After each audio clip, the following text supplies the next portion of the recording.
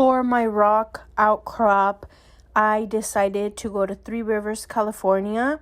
It has plenty of rock exposure areas, and I wanted to explore that area. I went on Thursday, May 6th. I left my house at 3 o'clock, and it's a 30-minute drive, but I arrived at the rock outcrop at 3:28, like 3:30. I drove to the location in my vehicle. The location caught my eye because the area was surrounded by a lake and there was a lot of parking space. So I decided to go there rather than just pull to the side when there's cars driving by. And I just felt a bit safer to explore the area in an area where I was able to park.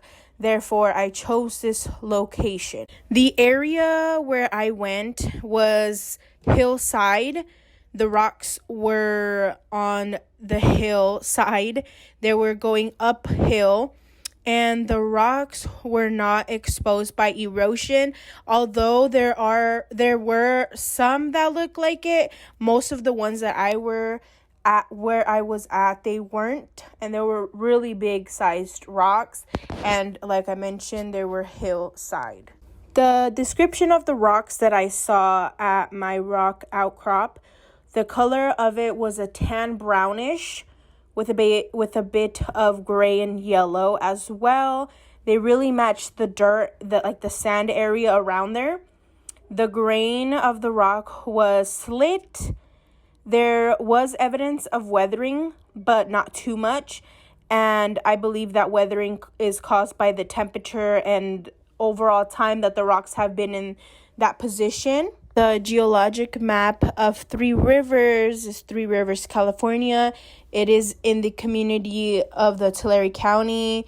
It is located in the foothills of the Sierra Nevada at the edge of San Joaquin Valley, and it's also in the entrance of the Sequoia and Kings Canyon National Parks. It is roughly a 10-minute drive to the Sequoia National Park.